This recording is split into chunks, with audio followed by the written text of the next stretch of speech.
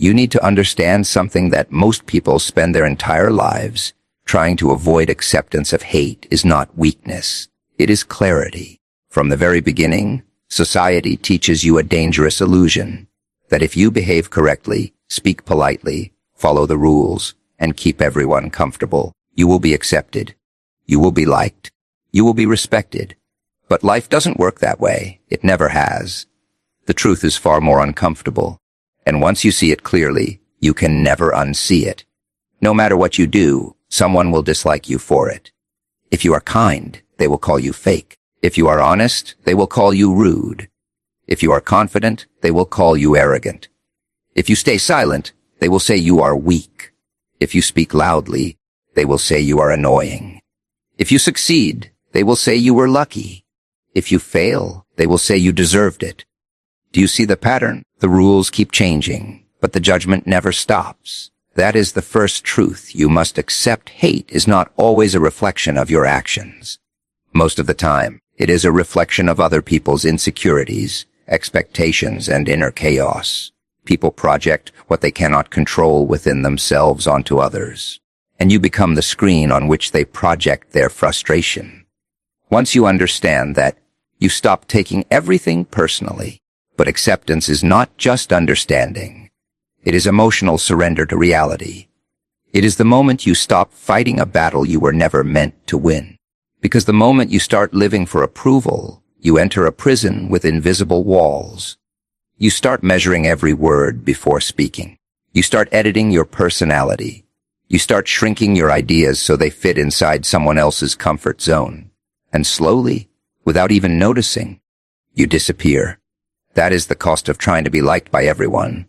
You lose yourself to people who don't even know who they are. Now listen carefully. Acceptance of hate does not mean you enjoy being disliked.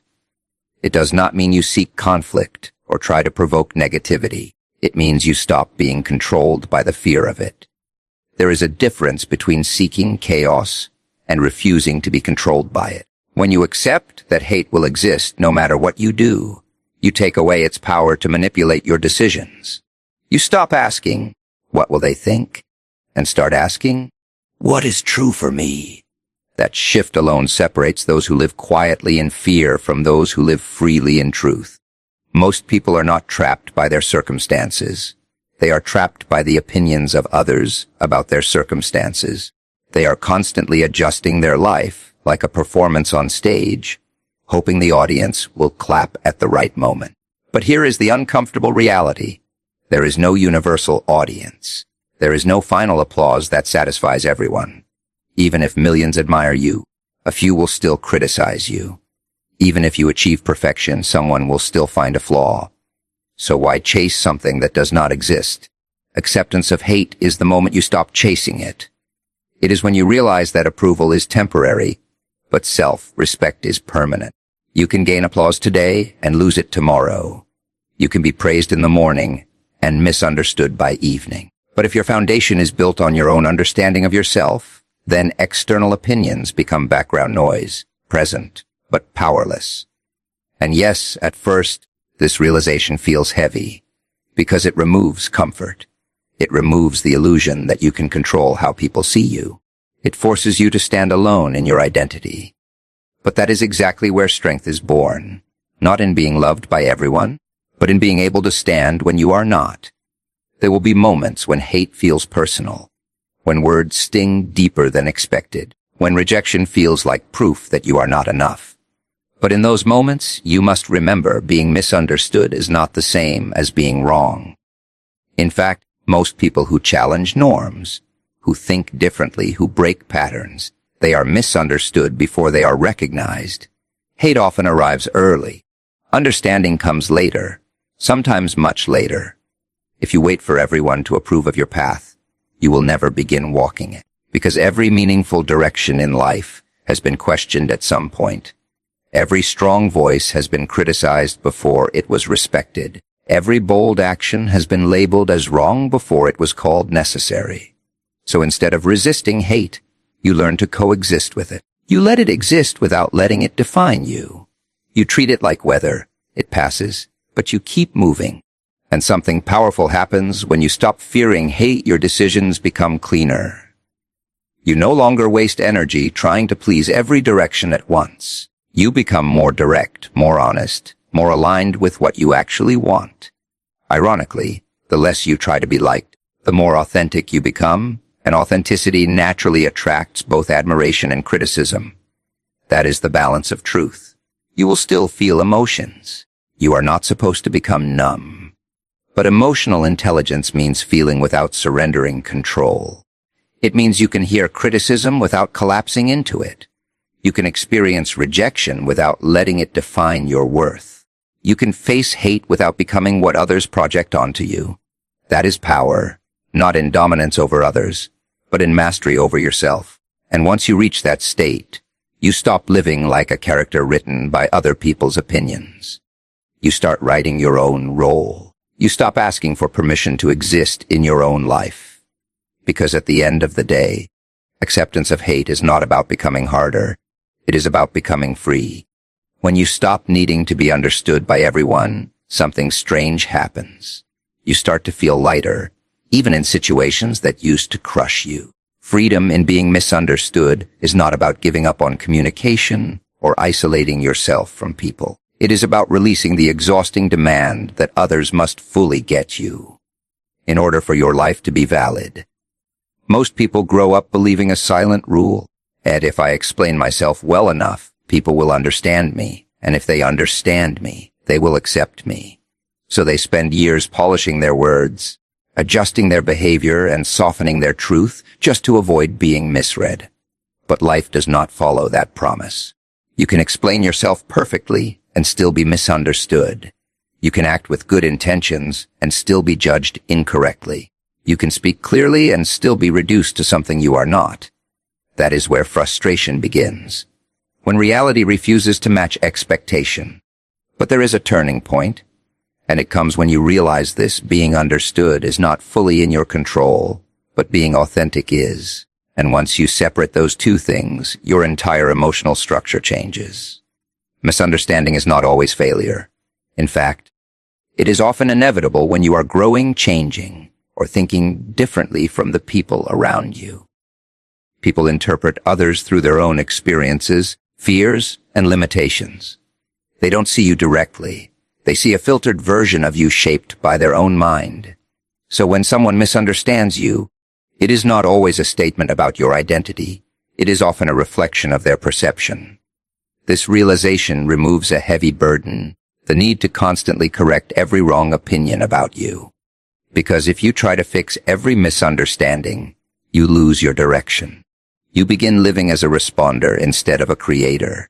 Someone says something false about you, and instead of continuing your path, you stop to chase their interpretation. Another person judges you, and instead of progressing, you pause to repair their imagination of you. Slowly, your life becomes reactive instead of intentional. Freedom begins when you stop letting other people's interpretations dictate your next move. There is a deeper layer to this freedom as well. Misunderstanding is uncomfortable because it creates distance between who you are and how you are perceived. But that distance is not always a weakness. It can also be protection. Not everyone deserves full access to your inner world. Not everyone has the emotional capacity, wisdom, or honesty to interpret you correctly. And expecting universal understanding is like expecting every stranger to read the same book and arrive at the same meaning. It is unrealistic. So instead of fighting misunderstanding, you begin to choose where clarity matters and where it does not. You stop over-explaining yourself to people committed to misunderstanding you. You stop performing emotional labor for those who only listen to respond, not to understand. And you save your energy for those rare connections where understanding is mutual and genuine. That shift alone creates emotional space you did not know you were missing. But there is also a psychological challenge here. When you are misunderstood, the mind often wants to correct it immediately. There is a pressure to prove, to defend, to clarify, to be seen correctly.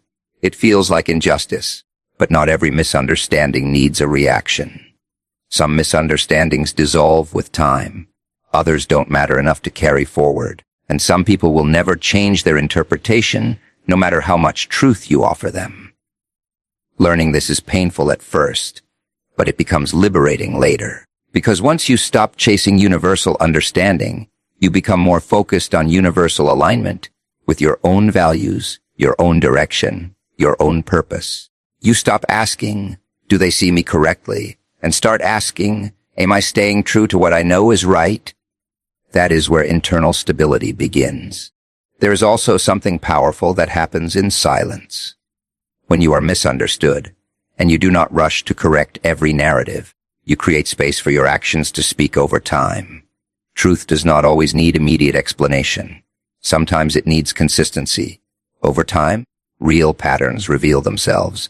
People may misunderstand you in the beginning, but they cannot misunderstand consistent reality forever. Still, freedom in being misunderstood is not about indifference. It is about emotional control. It means you can care without being consumed. You can value relationships without becoming dependent on perfect perception. You can feel the discomfort of being misread without letting it distort your identity. Because identity is not something others assign to you. It is something you maintain internally, regardless of external confusion. And here is the most important part. The fear of being misunderstood often keeps people small. They avoid expressing bold ideas because they might be misinterpreted. They avoid taking unconventional paths because others might not understand. They hide parts of themselves just to maintain approval. But in doing so, they slowly erase their uniqueness to maintain comfort in perception. Freedom breaks that pattern. When you accept that misunderstanding is part of being human, you stop filtering your life through the approval of others. You speak more honestly. You act more directly. You make decisions based on truth rather than perception management. And even if people misunderstand you in the moment, you trust that time will reveal what is real and what is not. In the end, freedom in being misunderstood is not about disconnecting from people. It is about reconnecting with yourself so strongly that external confusion no longer shakes your foundation. It is the ability to stand firm in your direction even when others are reading your story incorrectly. Because the truth is simple. You were never meant to be perfectly understood by everyone. You were meant to be real. Turning pain into power is not a motivational phrase. It is a survival skill. It is what separates those who break from what happens to them from those who rebuild from it. Pain will come to everyone. Loss, betrayal, rejection, failure, disappointment. These are not rare events. They are part of the human experience. The real difference is not who avoids pain, but who learns how to use it. At first, pain feels like something that happens to you. It arrives without permission, without warning, and it changes your emotional state instantly. It makes you question your value, your choices, your past, and sometimes even your future. In that moment, pain feels like a final verdict. It convinces you that something is ending, not just a situation, but a part of you. But that is the first illusion pain creates. It makes itself look permanent. In reality, pain is information in its rawest form. It shows you where something mattered. You don't feel deeply about things that are meaningless to you. You don't break over things you never cared about. So pain, in a strange way, is proof of emotional investment. It exposes attachment, expectation, and vulnerability. And while that exposure feels uncomfortable, it also gives you clarity.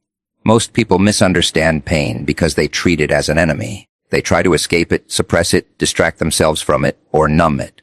But unprocessed pain does not disappear. It mutates. It turns into anger, bitterness, fear, or insecurity. And when pain is ignored, it starts controlling decisions silently. You begin to avoid situations not because they are dangerous, but because they resemble something that once hurt you.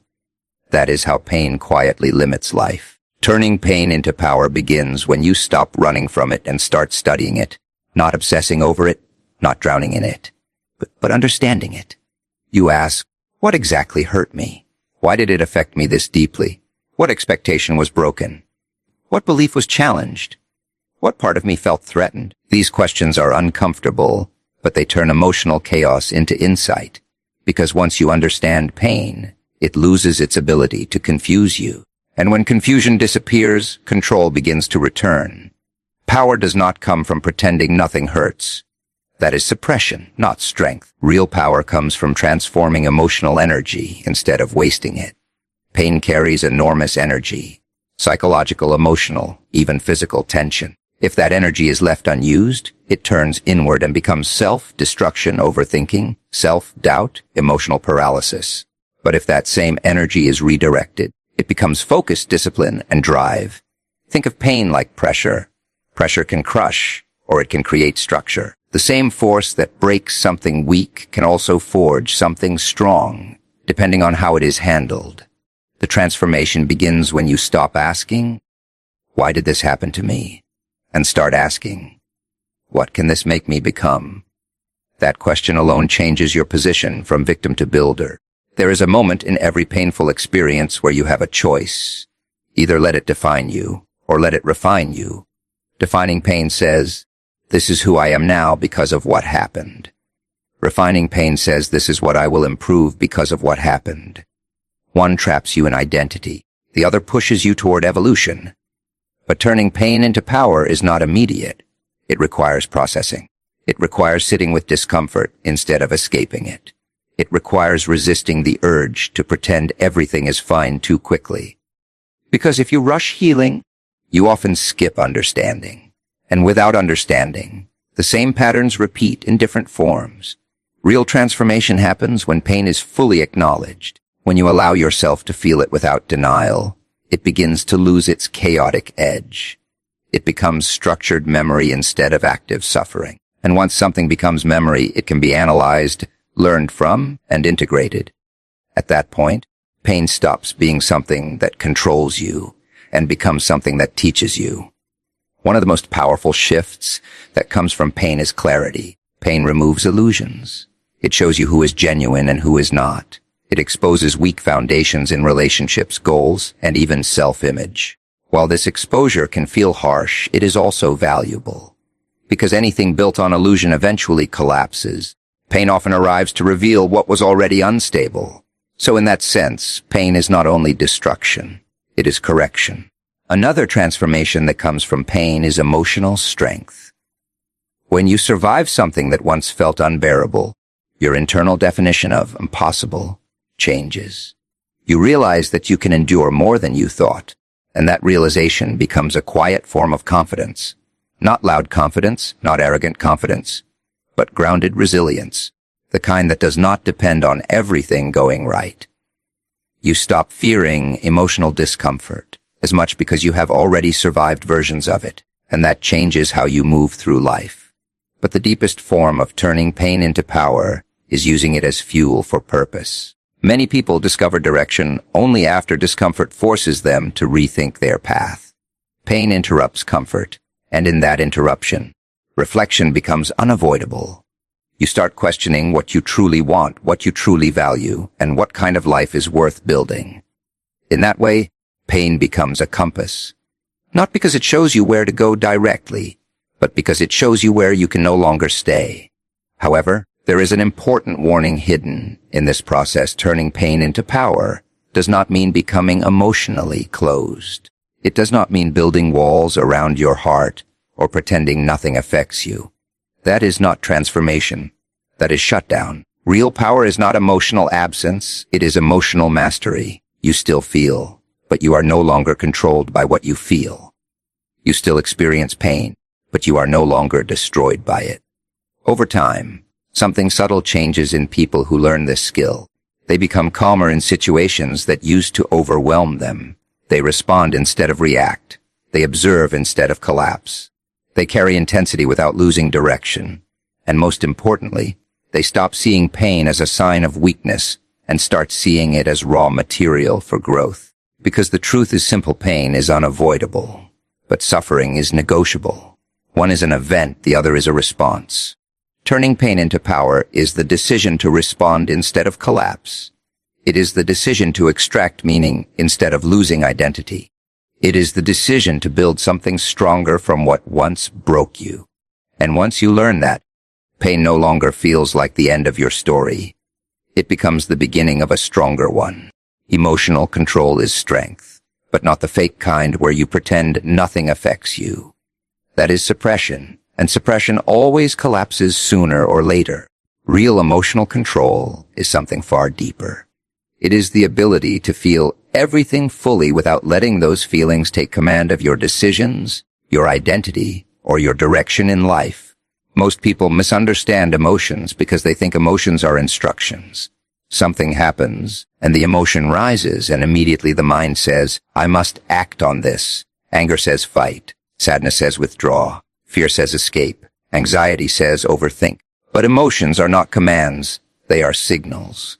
And confusing signals with commands is where people lose control of themselves. Emotional strength begins the moment you separate what you feel from what you do. Because feelings are temporary. They rise, they peak, and they pass. But actions create consequences, and consequences shape your life. If every emotional wave controls your behavior, then your life becomes unstable, constantly shifting based on internal weather. One moment you are confident, the next you are insecure. One moment you are focused, the next you are distracted by frustration. There is no stability in that pattern. Emotional control is the ability to stay steady while the internal storm passes through. It does not mean the storm disappears. It means you are no longer destroyed by it. One of the biggest sources of emotional weakness is immediate reaction. People react because they want relief. They want to release tension instantly, so they speak without thinking, decide without reflecting, and act without observing the full situation. But most impulsive reactions are not powerful. They are regret in disguise. They feel strong in the moment, but create weakness over time. Strength is not in reacting fast. Strength is in pausing long enough to choose correctly. That pause is where control lives. And in that pause, something powerful happens. Awareness enters the space between emotion and action. Instead of being carried by anger, you observe it. Instead of being drowned in sadness, you recognize it. Instead of being pushed by fear, you question it. And once you can observe your emotions instead of becoming them, you are no longer fully controlled by them. You become the witness of your internal world instead of the prisoner of it. Emotional control also means understanding that not every feeling deserves expression in the same way. Some emotions are meant to be processed internally, not broadcast externally. Not every insult needs a response. Not every provocation needs engagement. Not every internal disturbance needs immediate external action. Silence in many situations is not weakness, it is regulation. But this kind of silence is not emotional emptiness. It is emotional discipline. Because uncontrolled emotion is loud, but controlled emotion is precise. Another important part of emotional control is learning how to sit with discomfort without escaping it. Most people try to avoid uncomfortable feelings as quickly as possible, through distraction, validation, seeking anger, or withdrawal. But avoidance does not remove emotions, it delays them. And delayed emotions often return stronger and more chaotic. True strength is the ability to remain present with discomfort long enough for it to lose its intensity. When you stop running from your emotions, you start understanding them. And understanding reduces their power over you. You begin to notice patterns, what triggers you, what affects your thinking, what situations destabilize you. This awareness is not weakness, it is intelligence. Because once you understand your triggers, you can prepare for them instead of being surprised by them. Emotional control is not about never feeling anger, sadness, or fear. It is about not letting those emotions rewrite your identity. You can feel anger without becoming destructive. You can feel sadness without becoming hopeless. You can feel fear without becoming paralyzed. The emotion is real, but it does not get final authority over your choices. That distinction is where maturity begins. And as emotional control develops, something subtle changes in how you see yourself. You stop being a reaction-based person and start becoming a decision-based person. Your identity is no longer shaped by emotional fluctuations, but by consistent values and principles. You begin to act based on who you want to be, not based on what you are temporarily feeling. That is when internal stability starts forming. Another layer of emotional strength is understanding that not every battle deserves your energy. Emotional control includes emotional selection, the ability to decide what is worth engaging with and what is not. Many conflicts exist only because someone decided to respond. Many arguments grow only because both sides refused to step back. But not every situation needs your full emotional investment. Some things are designed to pull you into chaos. Emotional control is knowing when not to enter. There is also a deeper psychological shift when you gain control over your emotions. You stop needing external validation to regulate your internal state. People who lack emotional control often depend heavily on outside reactions, approval, attention, recognition, to feel stable. But when you are emotionally grounded, your stability comes from within, not from the fluctuating opinions of others.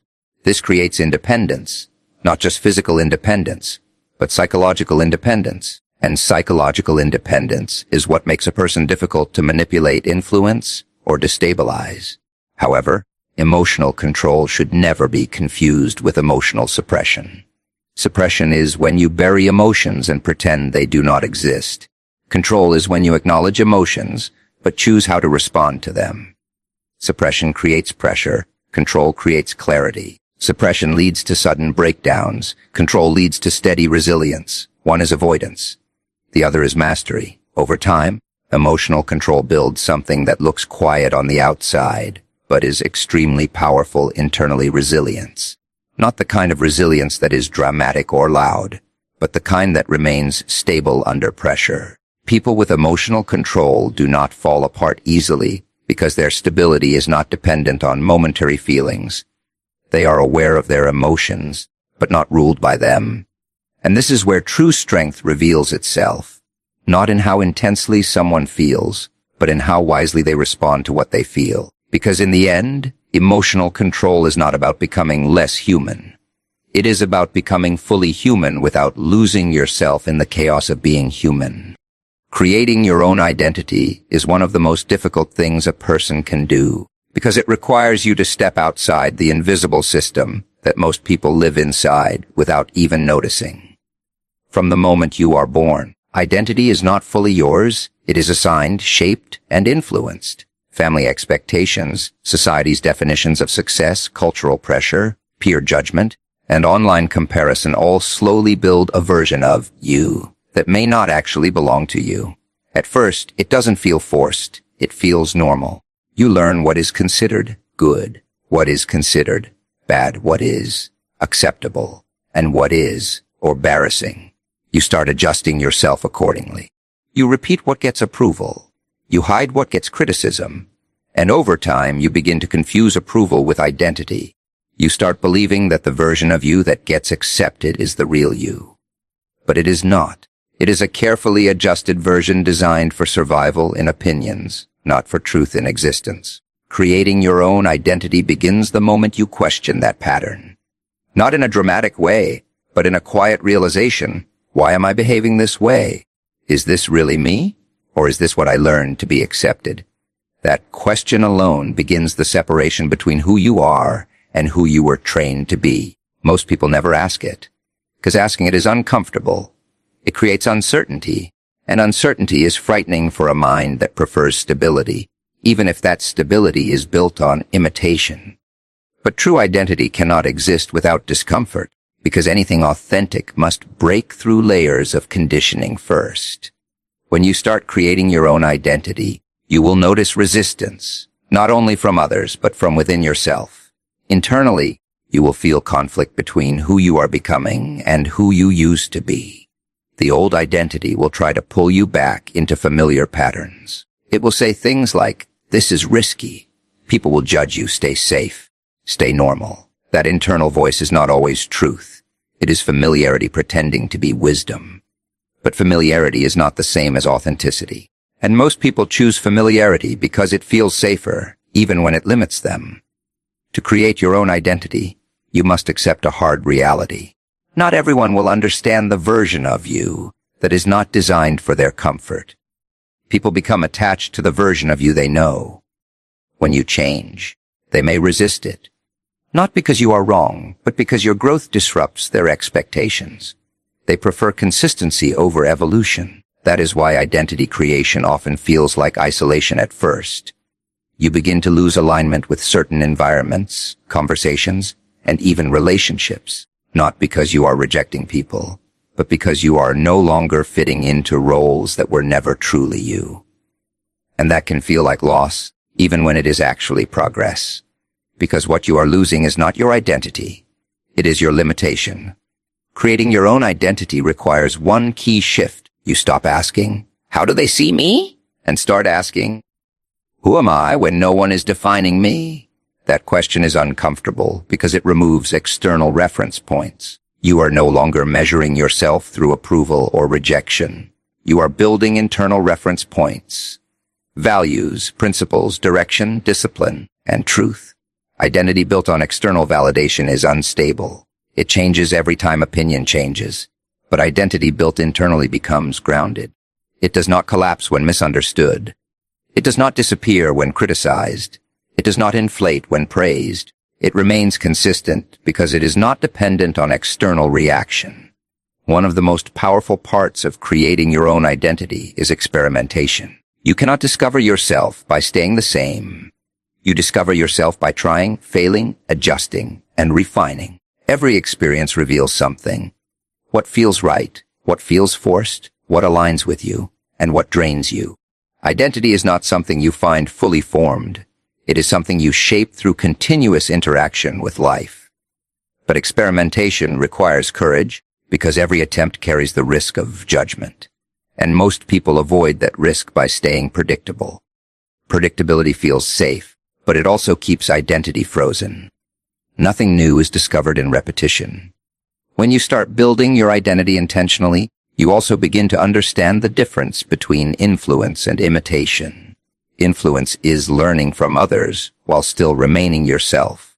Imitation is copying others to become acceptable. Many people confuse the two.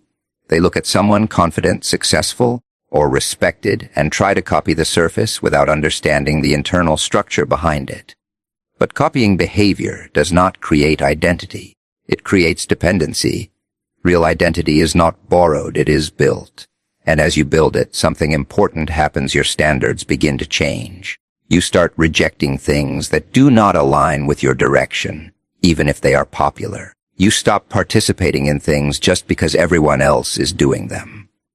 You become more selective with your time, your energy, your attention, and even your emotions. This selectiveness is not arrogance, it is alignment.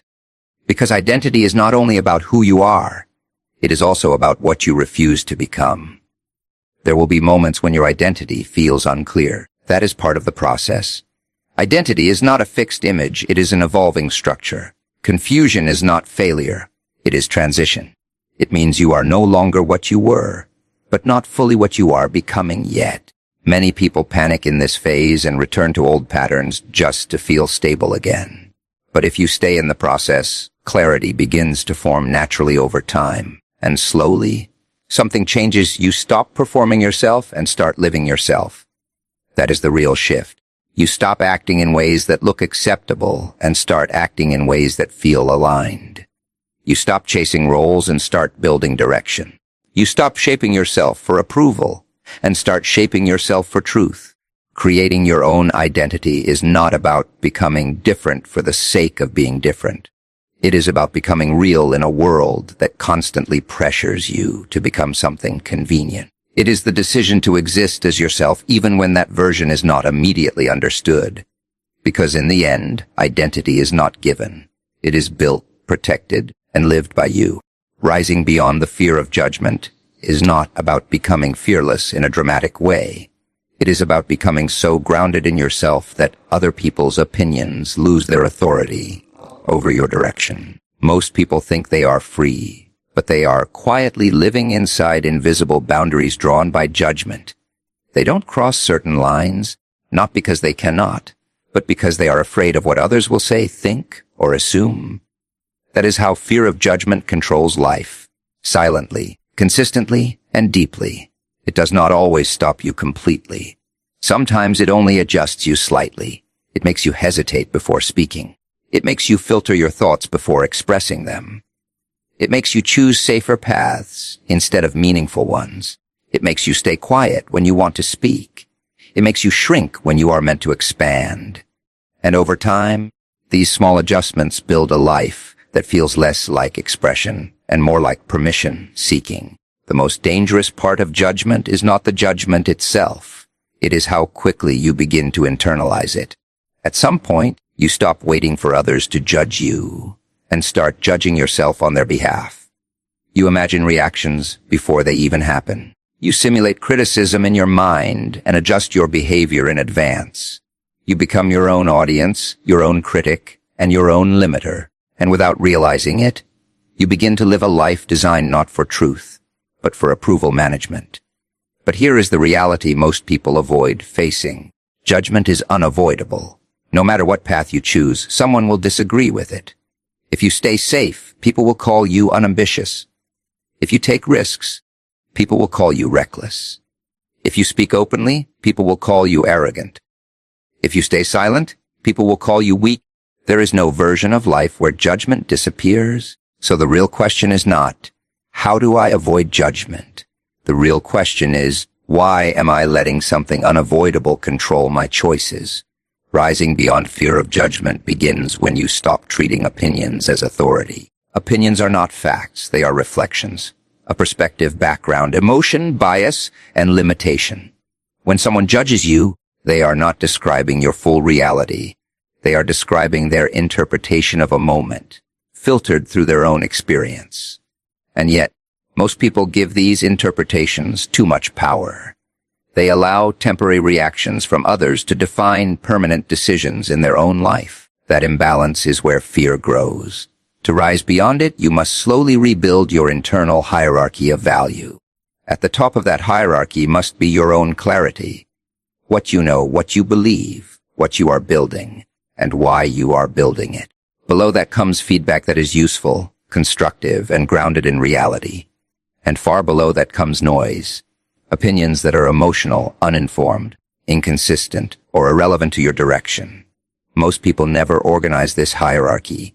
They treat all opinions as equal. And when everything has equal importance, nothing has true direction. Fear of judgment also thrives on imagination. Often, what you fear is not even what people actually say. It is what you think they might say. The mind exaggerates reactions, amplifies criticism, and creates worst-case scenarios that rarely match reality. You are not only dealing with actual judgment, you are also dealing with anticipated judgment. And anticipated judgment is often more powerful because it is self-generated. That means a large part of your limitation is not external, it is mental simulation. When you begin to observe this, something shifts. You realize that most people are too focused on themselves to constantly